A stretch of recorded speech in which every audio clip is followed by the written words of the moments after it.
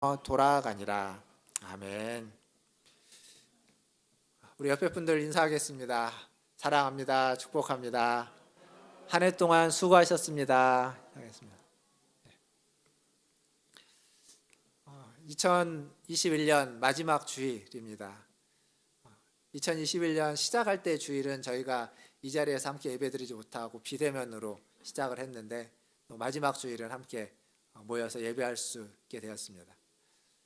하나님 은혜에 한 해 동안 감사하고 또 오늘 하루 그리고 남은 또 며칠간의 올해 마지막을 하나님께 감사하면서 보내시기를 바라겠습니다. 오늘 말씀을 보면서 떠올랐던 게 조선시대에 궁에서 왕자가 태어날 때쯤 되면 아니 왕자가 잉태하면 그 안에 경사가 나겠죠. 경사가 있고 이제 해산할 때가 가까우면 해산하기 위한 여러 가지 준비를 할 겁니다.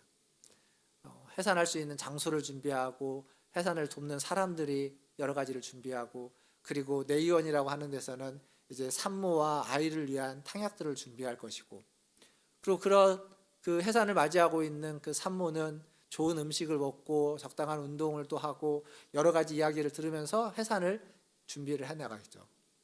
그러다가 이제 해산을 하게 되면 왕자가 태어나면 그 기쁨으로 잔치를 열고 또 그 왕자를 누가 가르칠 것인지 선생님들을 미리 세워놓고 그리고 백성들에게는 그 기쁨을 나누면서 세금을 감면해주고 그리고 가벼운 죄가 있는 자들에게는 그 죄를 탕감해주기도 하는 그런 선정을 베푸는 일이 아마 한 나라의 왕자가 태어나면 있을 것입니다.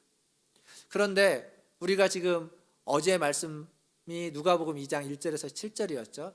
어제 말씀 그리고 오늘 이 왕이신 만왕의 왕이신 그리스도가 태어나는 이 장면에서는 방금 제가 앞에서 말씀드렸던 한 나라의 왕자가 태어나면서 있을 법한 이야기가 전혀 성경에 기록되어 있지 않습니다.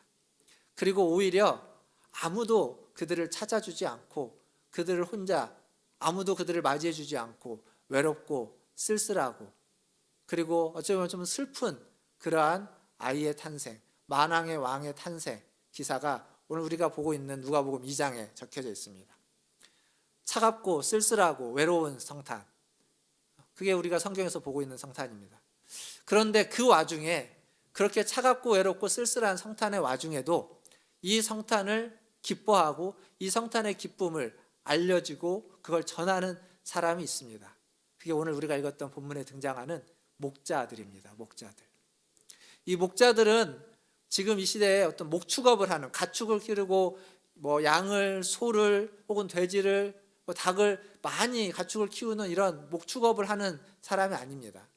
그런 사람이 아니라 다른 사람의 양을 맡아가지고 돌보고 꼴을 먹이고 하는 그러한 어찌 보면은 그 하청을 받았다고 해야 될까요? 일꾼이라고 해야 될까요? 그런 사람입니다. 즉 부자가 아니라 가난한 사람인 거죠. 지금으로 얘기하면 일용직 노동자와 같은 사람들입니다. 그저 자기에게 주어진 일, 그 일에 충실하게 그 일을 하고 있는 사람들. 그래서 그들은 한밤중에도 쉴 수가 없고 그 밤중에도 양떼들에 있는 들판에서 양떼들을 돌보며 있는 사람들입니다. 그렇게 밤을 지새우고 있는 그들에게 첫 번째 성탄의 소식이 전해지는 겁니다. 첫 번째 성탄의 소식과 기쁨과 감격이 그렇게 살고 있는, 그렇게 지내고 있는 목자들에게 전해지고 있습니다. 오늘날은 어떨까요? 오늘날에도 이 성탄의 소식이 좀 돈이 있고 좀 여유로운 사람들에게는 이 연말에 좋은 백화점에서 쇼핑을 하고 좋은 식당에서 음식을 먹으면서 또 혹은 좋은 호텔에서 휴가를 즐기는 그러한 시간들이 되겠지만 그러지 않은 보통 사람들에게는 이 성탄이 있는 이 연말은 한 해 동안 수고하고 한 해 동안 일했던 것에 대한 서로에게 위로가 되고 격려가 되고 성탄의 케이크를 하나씩 나누면서 성탄의 선물들을 나누면서 혹은 연말에 덕담을 하고 연초에 덕담을 하면서 한 해를 뒤로하고 한 해의 노고를 서로 치하해주고 격려해주고 위로해주고 새해에도 함께 힘을 내자고 하는 그러한 시간이 될 것입니다. 그렇게 보면 이 성탄의 첫 소식이 전해진 목자들처럼 우리들에게도 이 성탄의 소식은 전해지고 있습니다. 어제가 성탄절이었죠. 어제 성탄절 하루 여러분 어떻게 지내셨습니까? 여러분 주변에 있는 사람들에게 어떠한 말을 하고 어떠한 이야기를 하고 또 어떠한 마음을 나누었습니까? 격려, 위로, 권면, 그리고 축하, 그러한 말들이었습니까? 아니면 걱정, 근심, 염려, 혹은 짜증, 불만, 투정 이런 것들이었습니까? 어떤 것들이었든지 오늘 그리고 또 남은 올해의 시간들 동안 여러분의 마음과 입을 통해서 여러분의 주변에 있는 사람들에게 한 해 동안 얼마나 수고했는지 위로와 격려와 또 축하할 일이 있다면 축하와 축복의 마음과 그러한 말을 나누시는 우리 문화신제일교회 성도님들 다 되시기를 주님의 이름으로 축원드립니다. 이 첫 번째 성탄의 그 감격을 받고 있는, 알고 있는 목자들은 도대체 어떤 감격이 있었을지 오늘 같이 좀 살펴보겠습니다. 먼저 9절을 보면 이 목자들은 한밤중에 놀라운 체험을 하고 있습니다. 9절에 이렇게 적혀 있죠. 주의 사자가 곁에 서고 주의 영광이 그들을 두루 비추매 크게 무서워하는지라. 주의 사자가 한밤중에 그들을 찾아왔습니다. 지금도 밤중이 되면 깜깜하죠. 물론 이 도시 안에서의 밤은 불빛이 워낙 많기 때문에 그렇게 어둡지 않지만 도시를 좀 벗어나 보면 여전히 밤에는 어둡습니다. 그런데 2000년 전에 전기가 없는 그 시대에 그곳 들판에서의 한밤중은 빛이라는 것은 그냥 달빛과 별빛밖에 없었을 겁니다. 이 날이 달이 보름달인지 아니면 금음달인지 알 수 없는 날이지만, 그리고 이 날이 그 별빛이 반짝반짝이면서 아주 밝은 별빛이 비춰지는 날인지 아니면 별빛이 흐릿한 날인지 우리는 알 수 없지만 분명 이 날에 별빛, 달빛 외에는 아무런 빛이 없는 그때, 그 밤중에 양떼들을 지키면서 있는 그 목자들 주변으로 하나님의 영광이 두루 비춘 겁니다. 천사들이, 주의 사자가 와서 하나님의 영광을 그들에게 비추면서 이야기하는 겁니다. 이 목자들의 그런 영광을 본 적이 있을까요? 그런 빛을 본 적이 있을까요? 오랜 시간 동안 양떼를 치면서 오랜 시간 동안 그 들판에서 별빛, 달빛은 보아왔지만 주의 영광이 임하는 장면을 이들은 한 번도 본 적이 없을 겁니다. 너무도 놀라운 장면이고 너무도 놀랍다 보니까 그 놀라움이 그들에게 두려움으로, 무서움으로 오늘 성경은 기록해 주고 있습니다. 이것이 성탄절 날 목자들이 경험한 하나님의 영광입니다. 사랑하는 성도 여러분, 이런 하나님의 영광에 대한 경험과 체험이 우리에게는 사실 꼭 필요합니다. 신앙생활을 얼마나 오래 했든지, 예수 믿는 지 오래됐든지 아니면 오래되지 않았든지 하나님의 영광을 우리는 체험해야만 합니다. 근데 하나님의 임재와 하나님의 영광을 체험하는 일이 그렇게 흔히 일어나는 일은 아닙니다. 신앙생활을 오래 했지만 한 번도 하나님의 영광을 체험해보지 못한 분도 계시고, 신앙생활을 오래 하지는 않았지만 하나님의 영광을 보고 그 영광 가운데 머물러 있는, 그 영광을 계속 누리고 있는 분도 계십니다. 근데 이런 영광에 대한 체험이 없다면, 이런 신앙에 대한 체험이 없다면 우리의 신앙은 갈수록 무미건조해질 수밖에 없습니다. 만약 내가 지금 신앙이 척박해 있다면, 신앙이 건조해지고 있다면, 점점 강팍해져 가고 있는 메마른 신앙으로 살아가고 있다면 어쩌면 내게 있어서 하나님의 영광에 대한 체험과 경험이 너무 옛날 이야기가 되어버린 것 아닌지 모르겠습니다. 근데 그게 우리에게 꼭 필요합니다. 창세기 28장에 보면 야곱의 이야기가 나오죠. 야곱이 형 에서를 피해서 도망치는 장면이 창세기 28장에 나옵니다. 그는 한 번도 그 집을 떠나본 적이 없습니다. 에서는 사냥을 하기 위해서 멀리 나가본 적이 있지만 야곱은 언제나 집 안에 있었습니다. 한 번도 집을 떠나본 적이 없는 그가 이제 형을 피해서 멀리 도망쳐야만 합니다. 그러다가 밤이 가까워왔는데 아마 가다가 보면 마을이 있었을 겁니다. 마을에 들어가서 유숙을 할 수 있는데도 불구하고 형을 피해 멀리 도망가기 위해서 그 마을을 지나고 가다 보니까 길가에서 밤을 맞이하게 된 겁니다. 어디 쉴 데가 없으니까 돌을 베개 삼아서 노숙을 하게 되는 거죠. 근데 노숙을 하고 있는 그때 꿈속에서 환상을 보는 겁니다. 하늘문이 열리고 한 사닥다리가 하늘과 땅을 연결짓고 있는데 거기에 천사들이 오르락 내리락 하는 모습을 보고, 그리고 그 위에 하나님이 계신 것을 보는 겁니다. 야곱이 한 번도 본 적이 없는, 야곱이 한 번도 꿈꿔본 적이 없는 모습을 그는 보고 있습니다. 그리고 그가 잠에서 깨어서 가장 먼저 이렇게 이야기합니다. 창세기 28장 16절에 보면 야곱이 잠에 깨어 이르되 여호와께서 과연 여기 계시거늘 내가 알지 못하였도다. 하나님이 지금 여기 계시는 걸 내가 알지 못하였도다. 그가 알고 있었던 하나님은 이전에 집 안에서 그 가족 가운데서 그 아버지의 하나님으로, 어머니의 하나님으로 알고 있었습니다. 그런데 지금 자기가 도망치고 있는 이 길에, 이 길가에, 이 노숙하고 있는 이곳에도 하나님이 계시는구나, 내가 알지 못했구나 라고 그는 하나님의 영광을 경험하는 순간입니다. 그래서 그는 자기가 베고 잤던 그 돌을 세워서 기름을 붓고 그곳에 서원 기도를 하는 거죠. 다시 돌아오는 날에 하나님까지 그때를 위해서 기도하는 겁니다. 그것을 베델이라 부르는 거죠. 사랑하는 성도 여러분, 우리에게는 이런 경험이 필요합니다. 말씀이 육신이 되어 우리 가운데 오신 이 성탄의 예수님, 이때 우리는 그 어느 때보다도 더 이런 경험을 할 수 있는 가장 좋은 시절이라고 생각합니다. 나를 위해서 이 땅에 오신 그리스도, 나를 위해서 십자가에 달려 죽으신 그리스도, 우리가 이전에 그분을 만날 수 있고 이전에 그분을 경험했을 수 있겠지만 지금 또 우리에게는 그런 경험이 필요합니다. 분명 요한복음에 있는 것처럼 독생자의 영광, 하나님의 영광을 우리는 체험해야만 하는 겁니다. 오늘 본문 14절에 보니까 천사들은 이러한 찬양을 합니다. 지극히 높은 곳에서는 하나님께 영광이요, 땅에서는 하나님이 기뻐하신 사람들 중에 평화로다. 천사들의 찬양 소리이죠.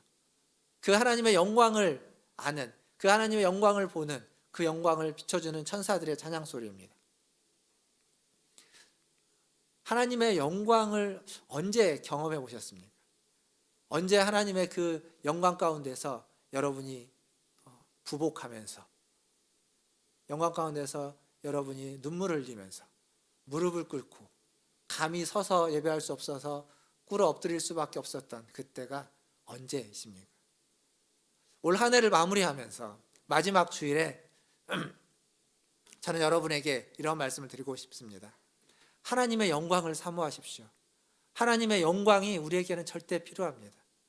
이전에 경험했던 영광, 이전에 한 번, 두 번 혹은 여러 번이지만 그때 경험했던 영광, 근데 그 후로부터 지금 시간이 너무 많이 지났다면 그 영광이 지금 우리에게 다시 필요한 때입니다. 하나님의 영광이 나에게도 필요하고 우리 교회에게도 필요하고 그리고 이 나라와 민족에게도 필요한 때입니다. 그 영광을 사모하시고 그 영광을 꿈꾸시고 그 영광을 위해서 더 기도하시는 저와 여러분 되기를 바라겠습니다. 그래서 그 감격이 어떤 식으로든, 그 하나님을 만나는 그 은혜가 어떤 순간이든 여러분에게 있어야 됩니다. 그리고 오늘 말씀 10절과 11절을 보면 이제 이렇게 이야기합니다. 천사가 이르되 무서워하지 말라. 보라, 내가 온 백성에게 미칠 큰 기쁨의 좋은 소식을 너희에게 전하노라. 11절 같이 한번 읽어보겠습니다. 오늘 다윗의 동네에 너희를 위하여 구주가 나셨으니 곧 그리스도 주시니라. 이 첫 번째 성탄절날 천사들을 통해서 목자들이 가장 먼저 기쁜 소식, 온 백성에게 미치는 가장 기쁜 소식을 듣게 됩니다. 여기 좋은 소식이라고 되어 있는 것을 우리가 쓰는 말로 바꾸면 그게 복음입니다. 복음. 근데 이 시대에 이 복음은 어떤 이야기를 담고 있냐면 황제가 태어났다라는 이야기가 복음이었습니다. 이 로마 시대의 복음은 황제가 태어난 것을 이야기하는 겁니다. 근데 천사들이 지금 복음을 전하고 있는데 천사들이 전하는 복음은 황제의 탄생이 아니라 만왕의 왕이신 그리스도의 탄생을 전해주고 있습니다. 황제의 탄생도 놀라운 복음입니다. 그러나 황제의 탄생은 한 나라의, 한 민족의 왕일 뿐이지만 그리스도의 탄생은 만왕의 왕, 온 세상, 온 백성들의 왕이 탄생되는 소식, 그 소식을 천사들이 지금 목자들에게 전해주고 있습니다. 사실 유대인들은 그리스도를 기다리는 사람들입니다. 그들은 보통 사람들부터 지도자까지 너나 할 것 없이 다 그리스도를 기다립니다. 열심으로 기다리는 사람이 있고 열심은 아니지만 그냥 평소에 보통의 마음으로 기다리는 사람들도 있고 다 그리스도를 기다리는 사람들입니다. 세례 요한이 예수님에게 그러한 제자들을 보면서 그런 질문을 하죠. 오실 이가 당신입니까? 아니면 우리가 다른 사람을 기다려야만 합니까? 기다리고 있는 겁니다. 제자들도 묻습니다. 제자들도 예수님에게 묻습니다. 언제 우리가 이스라엘이 회복될 때는 언제입니까? 메시아가 오시면, 그리스도가 오시면 회복된다고 했는데 당신이 오셨는데 회복은 언제 됩니까? 그들이 기다리고 있는 것이 있는 겁니다. 그걸 소망하고 있는 거죠. 그 기다림은 하나님의 말씀에 근거하고 있습니다. 그리스도가 온다. 구주가 나신다. 나사렛, 베들레헴, 구주가 나시는 그 동네에서 구주가 나실 것이다 라고 말씀하고 있는 그 말씀을 그들은 기다리고 있는 겁니다. 근데 오늘 천사들이 와서 뭐라고 이야기하냐면 우리가 방금 읽었던 말씀처럼 메시아가 오셨다. 말씀대로 구주의 동네에 메시아가 오셨다. 다윗의 동네에 메시아가 오셨다. 말씀대로 이루어졌다 라고 천사들이 목자들에게 이야기해주고 있습니다. 무슨 얘기냐면 이건 하나님의 말씀이 그대로 되고 있다. 하나님의 말씀이 그대로 이루어졌다라는 것을 천사들이 목자들에게 알려주는 겁니다. 그리고 목자들은 그 말씀을 듣고 그 천사들의 이야기를 듣고 어떻게 하죠? 바로 자리에서 천사들이 떠나면 일어나서 찾아가는 겁니다. 베들레헴에 가자. 가서 천사들이 한 일이 그대로 됐는지 우리가 보자 라고 해서 가서 마리아와 요셉 그리고 아기를 찾아서 보고 경배하고 천사들이 그들에게 해줬던 말을 그들에게 다 전하는 겁니다. 사랑하는 성도 여러분, 우리는 수많은 말씀을 들으면서 신앙생활을 합니다. 오늘도 말씀을 읽었고 말씀을 듣고 있고 어제도 그랬고 지난주에도 매주마다 그리고 수요일에 그리고 새벽에 그리고 개인적으로 말씀을 읽으면서 말씀을 묵상하고 또 말씀을 통독하면서 말씀의 은혜를 받습니다. 수많은 말씀을 우리는 듣고 보고 때로는 그 말씀에 감동을 받기도 합니다. 그 말씀과 우리의 부딪힘이 항상 있어야 됩니다.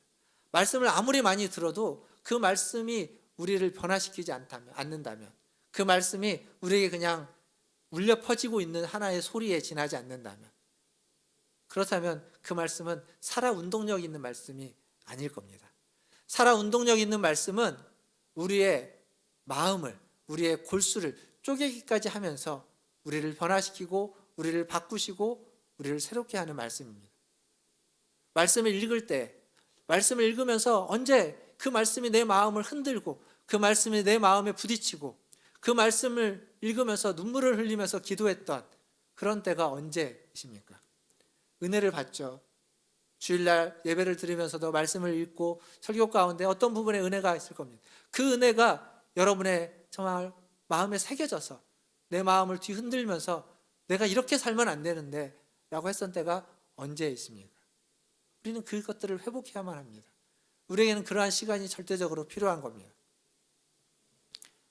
말씀 한 구절이, 말씀 한 단어가 그 한 마디, 그 말이 여러분의 마음에 심겨지고 새겨지고 여러분의 마음을 뒤흔들어서 하나님 앞에 다시 새로워지는 그러한 시간. 이 성탄의 계절에 말씀으로 인한 감격과 감동이 저와 여러분에게 있기를, 살아 운동력이 있는 그 하나님의 말씀이 우리의 폐부를 쪼개고 우리의 골수를 쪼개고 우리의 심령에 새겨지는 그러한 은혜가 있기를, 그래서 그 말씀으로 다시 새 힘을 얻고 살아가는 그러한 축복이 있기를 주님의 이름으로 간절히 축원드립니다. 이렇게 목자들은 그 말씀을 듣고 응답했습니다. 말씀을 듣고 일어났습니다. 15절에 보면 목자들은 서로 말하고 빨리 가서 천사가 전한 이 일을 보자라고 해서 갑니다. 그래서 아기를 찾고 아기를 보고 천사들이 자기에게 전해준 것을 다 그들에게 전해줍니다. 사실 그 당시에 이 목자들은 굉장히 사람들로부터 천대받던 사람들입니다. 그래서 재판을 할 때 목자들은 증인으로 세우지 않습니다. 왜 그러냐면 믿을 수 없는 사람들이라고 생각했기 때문에. 지금도 재판을 할 때 보면 증인을 세우죠. 근데 그 증인이 전과가 있거나 거짓말을 했거나 혹은 사회적으로 어떤 문제를 일으키고 불이한 일이 있는 사람이라면 증인으로 세우지 않습니다. 왜냐하면 그 사람의 증언은 신빙성이 떨어지기 때문에. 이 사람은 믿을 만한 사람이 못 된다라고 해서 그 사람의 증언은 신빙성이 떨어지니까 그런 사람은 증인으로 세우지 않습니다. 증인으로 세울 때는 믿을 수 있는 사람, 믿을 만한 사람을 세우는 겁니다.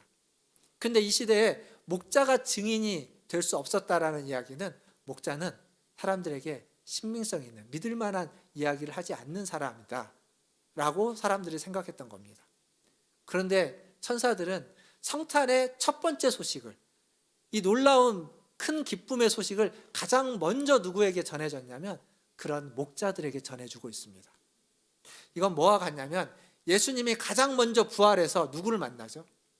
예수님이 부활해서 첫 번째로 만난 사람은 여인들입니다. 그 시대의 여인들은 목자와 똑같이 증인으로 설 수 없는 사람들입니다. 그들의 이야기를 그 시대에는 그렇게 존중하거나 인정하지 않았습니다. 그런데도 불구하고 부활하신 주님이 가장 먼저 여인들을 만나고 그 여인들에게 내가 죽지 않고 부활했다고 가서 전하라고 이야기합니다. 왜 그럴까요? 사람들은 어떤 사람은 믿을 만한 사람이고 어떤 사람은 그러지 못한 사람이고 나누어서 그들의 이야기를 가려서 듣겠지만, 사람으로 가려서 듣겠지만, 주님은 그렇게 하지 않습니다. 주님은 모든 자들에게 똑같이 주님의 모습을 보여주실 뿐만 아니라 어쩌면 남들에게 더 소외받고 있고 무시당하고 있고 멸시당하고 있는 사람들에게 먼저 주님을 보여주고자 하십니다. 여인들에게, 목자들에게. 가장 먼저 목자들에게 주님이 오시는 소식을 전해주고 그 큰 기쁨을 알게 해주고, 그래서 하나님을 찬양하게 만들어주고, 그리고 부활하신 그 모습을 가장 먼저 여인들에게 보여주고 여인들을 통해서 그 부활의 증인으로 제자들을 세워가는 그 예수님의 모습은 하나님이 누구에게, 어떤 사람들에게 더 관심이 있고 더 눈길이 가고 더 그들을 애틋하게 보고 있는지를 말해주고 있습니다. 만약 주님이 이 자리에 오신다면, 만약 주님이 지금 이 시간 예배드리고 있는 모든 교회에 오신다면 그 예배 가운데 있는 사람들 중에 어떤 사람에게 가장 눈길을 많이 보내고 있을까요? 그것은 아마 예배에 집중하지 못하고 예배 자리에 왔지만 다른 생각하면서 지루하게 예배를 드리고 있는 사람들, 졸고 있는 사람들, 나는 왜 여기 왔을까라고 하면서 예배를 힘들게 힘겨워하고 있는 사람들, 그런 사람들에게 아마 주님은 가장 먼저 눈길을 갖고 그런 사람들의 마음을 더 보고 그런 사람들에게서 말씀하고 싶어 하실 겁니다. 그게 주님이십니다. 사랑하고 주님을 열정적으로 사랑하는 사람들에게 보다 그렇지 못한 사람들에게 더 마음을 쓰고 있는 게 주님이십니다. 목자들의 소식, 천사들에게 전해준 얘기를 목자들은 찾아와서 이야기를 합니다. 그러자 사람들은 그 이야기를 듣고 다 놀라죠. 오늘 우리 읽었던 말씀 18절과 19절에 보면 그 목자들의 이야기를 듣고 사람들은 다 놀랍니다. 그런데 마리아는 그 이야기를 듣고 마음에 새깁니다. 놀라는 건 한 번입니다. 한 번 깜짝 놀랄 수 있습니다. 우리가 하나님을 경험하는 것도 한 번 하나님을 경험해서 놀랍게 그것들을 체험할 수도 있습니다. 근데 그게 한 번으로 끝나면 그냥 좋은 추억과 경험에 지나지 않습니다. 하나님을 경험하는 건, 하나님의 영광을 체험하고 말씀을 체험하는 건 한 번으로 끝나는 것이 아니라 우리의 마음에 새겨져서 끊임없이 반복적으로 말씀에 체험이 있어야 되고 하나님의 영광에 대한 체험이 우리에게는 꼭 필요합니다. 그게 우리의 믿음을 자라나게 하고 그리고 그게 우리의 믿음을 더 풍성하게 만들어줍니다. 사랑하는 성도 여러분, 말씀에 대한 체험이, 하나님의 영광에 대한 체험이 한 번으로 끝나지 않고 과거로 끝나지 않고 현재에도 지속되고 앞으로도 그러한 은혜가, 그러한 체험이 여러분에게 반복적으로 있기를 주님의 이름으로 간절히 축원드립니다. 말씀을 뵙겠습니다. 오늘 말씀을 보면 두 번의 찬양이 나옵니다. 14절에 천사들의 찬양이 나옵니다. 이렇게 찬양하죠. 지극히 높은 곳에서는 하나님께 영광이요, 땅에서는 하나님이 기뻐하는 사람들 중에 평화로다. 이게 천사들의 찬양입니다. 그리고 20절에 가보면 또 한 사람들의 찬양이 나옵니다. 목자들의 찬양. 근데 목자들의 찬양은 이렇게 성경이 기록하고 있습니다. 목자들은 자기에게 이르던 바와 같이 듣고 본 그 모든 것을 인하여 하나님께 영광을 돌리고 찬송하며 돌아가니라. 어떤 내용의 찬송을 했는지 내용은 나오지 않습니다. 이 목자들의 찬양과 천사들의 찬양, 두 찬양을 우리가 비교해 볼 수 있을까요? 내용이 없기 때문에 비교가 안 될 겁니다. 그러나 비교할 필요가 없습니다. 왜냐하면 이 두 찬양은 공통된 것은 다 하나님의 영광, 하나님께 영광을 돌리며 찬양하고 있는 겁니다. 하나님의 영광을 보고 그 영광 가운데 찬양하고 있는 겁니다. 어제 성탄 감사 예배를 드렸죠. 어제 성탄 감사 예배에 우리 유초등부가 찬양을 영상으로 촬영을 해가지고 함께 찬양을 나눴습니다. 그리고 우리 청년부가 또 찬양을 함께 했습니다. 찬양을 들을 때 우리에게 기쁨과 우리에게 즐거움이 있었습니다. 성탄절은 그 어느 때보다도 찬양이 많이 울려 퍼지는 때입니다. 어제도 그런 얘기를 했지만 캐롤이 울려지지 않고 있죠. 예전에는 성탄절이 되면, 이 성탄의 때가 되면 밖에 나가면 캐롤이 울렸습니다. 그 캐롤 중에는 뭐 그냥 대중음악적인 캐롤도 있지만 찬송가에 있는 곡들도 많았고 그리스도를 이야기하는 곡들도 많이 있었습니다. 즉 무슨 얘기냐면 성탄의 때에는 찬양이 울려 퍼지고 있었습니다. 교회만이 아니라 세상 속에서도. 그런데 언젠가부터 찬양이 그렇게 들려지지 않습니다. 잘 울려 퍼지지 않고 있습니다. 이 성탄의 계절에, 이 성탄의 때에 우리의 마음 가운데, 여러분의 삶 속에서 이 찬양의 소리가 조금 더 많이 들려지고 울려지기를 주님의 이름으로 축원드립니다. 아침에 일어나서 찬양을 부르고, 그리고 하루를 보내면서 낮에 정오 기도를 하면서 짧게 기도하면서 하나님을 찬양하고, 또 하루를 마무리하는 저녁 시간에 찬양의 소리를 들으면서 하나님께 감사하는 그러한 찬양의 시간들이 이 성탄의 계절, 이 연말에 여러분의 삶에 더욱더 풍성해지기를 주님의 이름으로 축원드립니다. 성탄은 이렇게 우리를 찬양의 자리로 인도해 줍니다.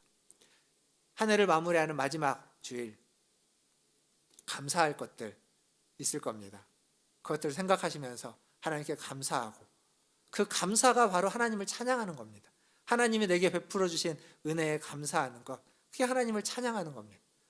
그리고 더불어서 우리의 마음에 주님이 없이는 살 수 없겠다라는, 오늘 설교 후에 부르는 찬양곡이죠. 주 없이 살 수 없네, 주님이 없이는 살 수 없습니다라고 하는 그러한 고백을 찬양으로, 그리고 여러분의 고백으로, 주님이 필요합니다 라고 하는 고백으로, 그리고 더 나아가서 그 주님의 영광을 지금 오늘, 지금 이 겨울에, 이 때에, 이 어렵고 힘든 이때에 주님의 영광을 경험하고 싶습니다.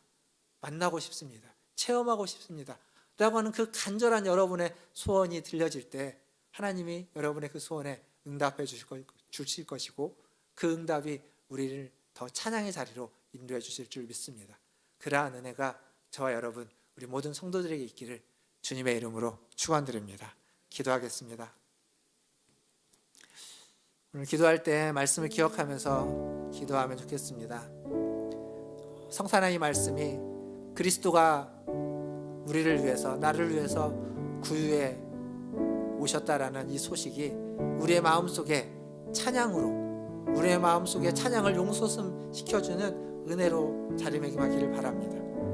하나님의 영광을 체험하고, 하나님의 말씀을 체험하고, 하나님을 찬양하면서 그 속에서 하나님을 만나는 그러한 축복이, 그러한 은혜가 우리의 찬양 속에, 우리의 기도 가운데 있기를 원합니다. 이 시간 기도하실 때 주님을 더 찬양할 수 있도록 하나님의 영광을, 하나님의 말씀을 우리에게 허락하여 주시고, 그 말씀에 부딪히고 그 영광에 둘러싸이는 놀라운 체험을 허락하여 주시옵소서 라고 우리 간절히 하나님 앞에 기도하며 나가겠습니다. 다 같이 기도하겠습니다.